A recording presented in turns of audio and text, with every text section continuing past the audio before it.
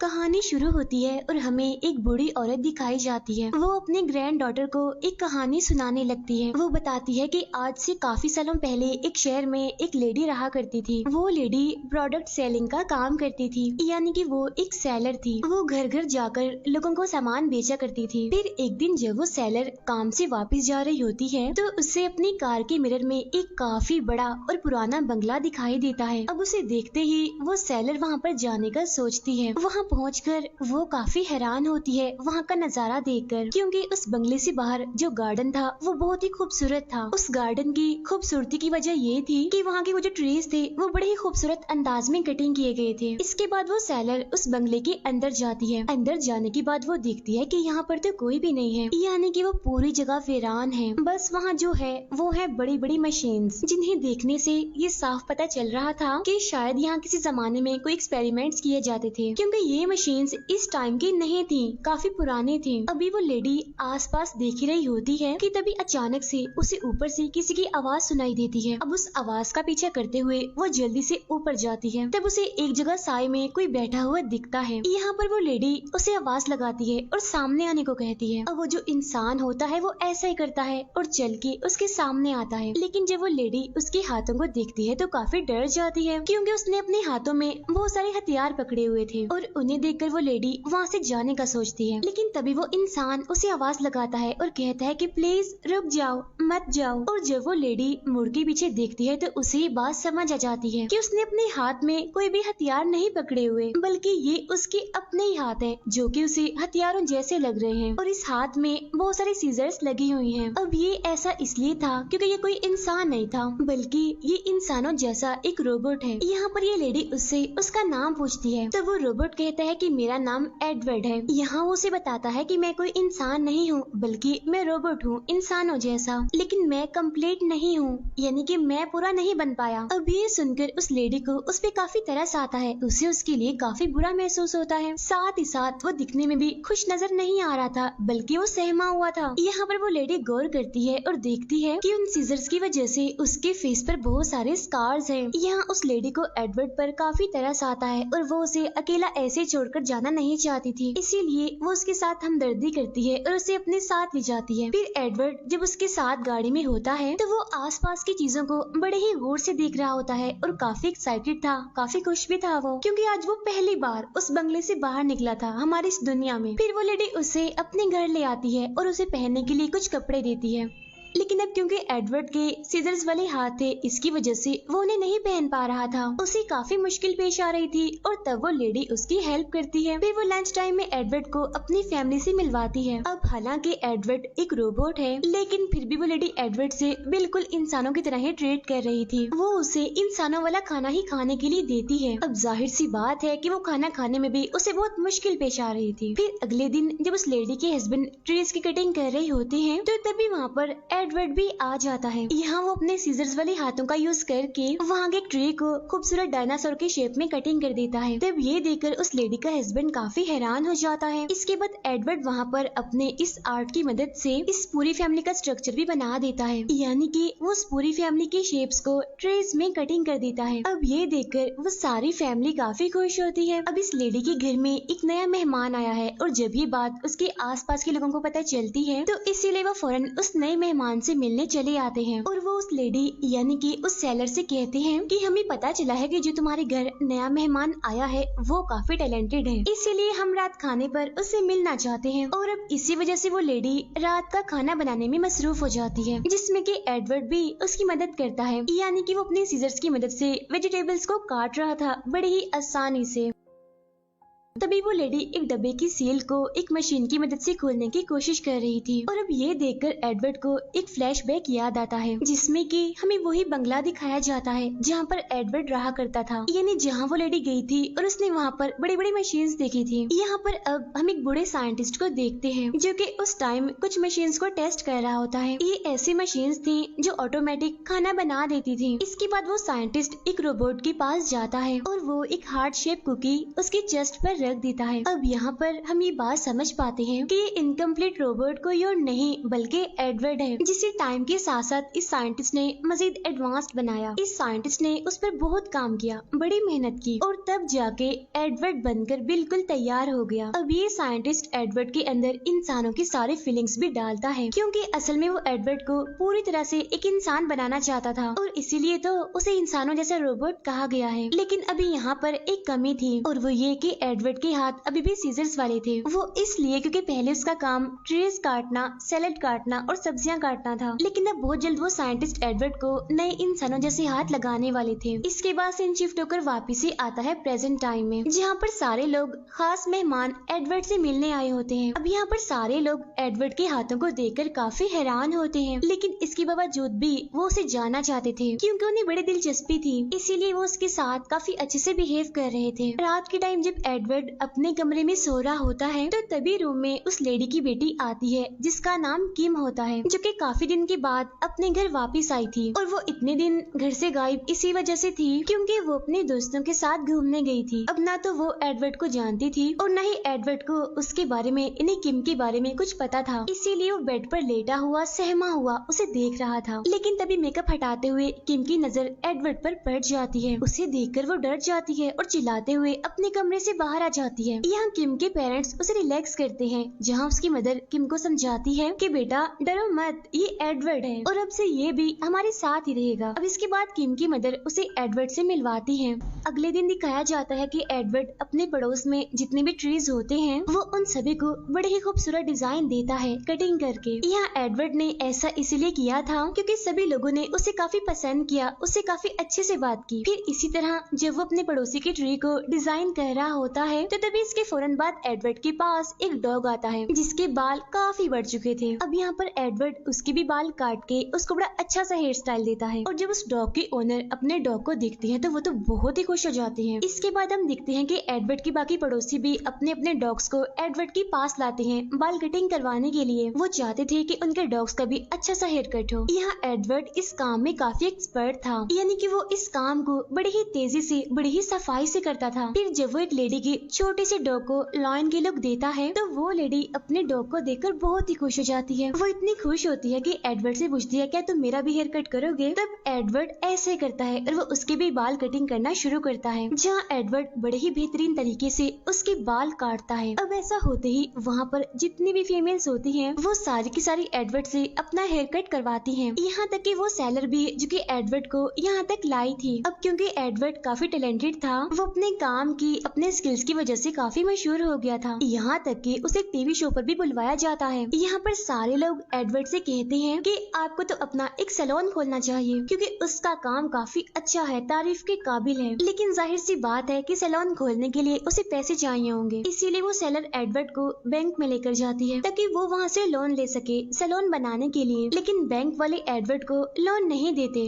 वजह ये थी कि उसका कोई भी सोर्स ऑफ इनकम नहीं था और ना ही किसी बैंक में उसका अकाउंट होता है और तो और उसकी कोई आईडी भी नहीं थी। अब वैसे भी एडवर्ड को इन सारी बातों से कोई भी फर्क नहीं पड़ता क्योंकि उसकी जिंदगी में पैसों की तो कोई अहमियत थी ही नहीं। उसे तो बस हमेशा ही एक ही चीज अच्छी लगती है और वो उसी की परवाह करता है और वो कोई और नहीं बल्कि उस सेलर की बेटी किम है। जी हाँ बिल्कुल, वो किम को काफी पसंद करता था और किम को भी वो काफी अच्छा लगता है। लेकिन इस बात से किम का जो दोस्त होता है वो बहुत जलता है, इसीलिए वो एक प्लान बनाता है।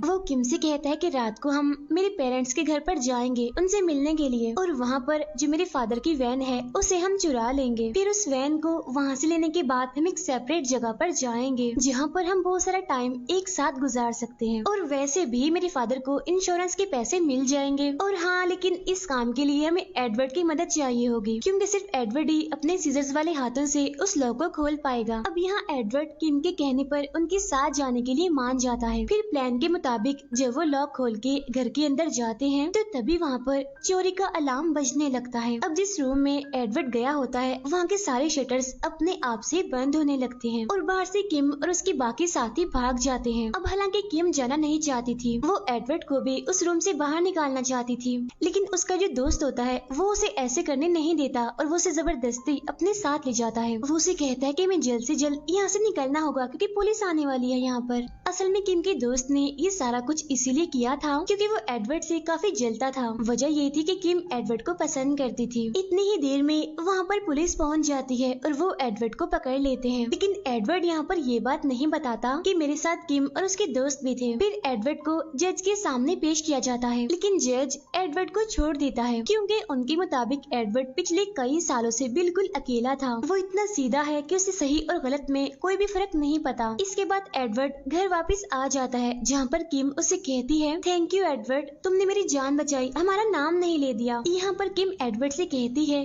कि मेरी ही गलती है, मुझे तुम्हें सच्चाई बता ही देनी चाहिए थी कि असल में हम चोरी करने के लिए ही जा रहे हैं। वो जो घर था जहाँ पर हम गए थे वो मेरे दोस्त का घर है। तब ये सुनकर एडवर्ड कहता है कि हाँ, मैं ये सब कुछ पहले से ही जानता हूँ। तब किम कहती है, क्या वाकई तुम्हें ये बात पहले से ही पता थी? तो पता होने के बावजूद भी तुमने कुछ कहा क्यों नहीं, कुछ किया क्यों नहीं? तब एडवर्ड कहता है कि इसीलिए नहीं कहा था क्योंकि ऐसा करने के लिए तुमने मुझे कहा था। अब ये सुनने के बाद किम के दिल में एडवर्ड के लिए जो प्यार, जो इज्जत थी वो और बढ़ जाती है। इसके बाद हम देखते हैं कि क्रिसमस का दिन आ जाता है जहाँ पर एडवर्ड किम के लिए बर्फ का एक काफी बड़ा, एक काफी खूबसूरत स्टैचू बनाता है। और जब एडवर्ड उस बर्फ को तराश रहा होता है तो वहाँ हवा में चारों तरफ काफी सारी बर्फ उड़ने लगती है जो कि काफी खूबसूरत लग रही थी। अब किम को भी ये गिरती हुई बर्फ काफी अच्छी लग रही थी, इसीलिए वो उसके नीचे खड़े होकर उस नजारे को काफी एंजॉय करने लगती है। यहाँ पर एडवर्ड को नहीं पता होता कि किम वहाँ पर आ चुकी है और ये सब कुछ कर रही है, बल्कि वो तो अपने काम में पूरी तरह से मगन होता है, बिजी होता है। लेकिन तभी वहाँ पर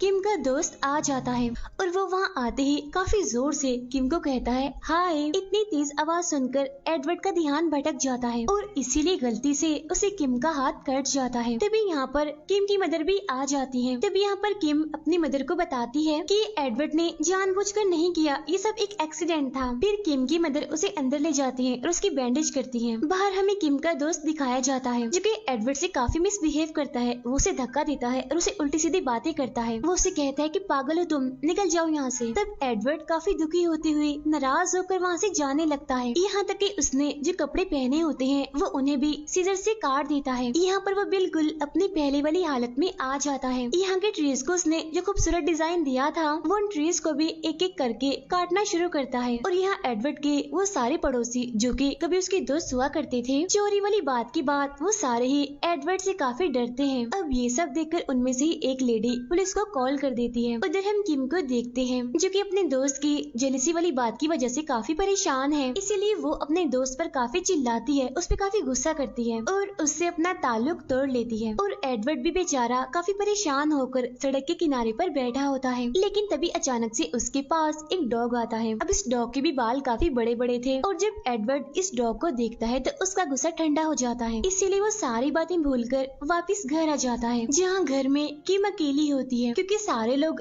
एडवर्ड को ढूंढने गए होते हैं। घर में किम एडवर्ड को देखकर काफी खुश होती है और उसे कहती है कि प्लीज मुझे अपने गले से लगा लो, जिस पर एडवर्ड कहते हैं कि नहीं किम, मैं ऐसा नहीं कर सकता क्योंकि मेरे हाथ सीजर्स के हैं और मैं तुम्हें नुकसान पहुंचाना नहीं चाहता।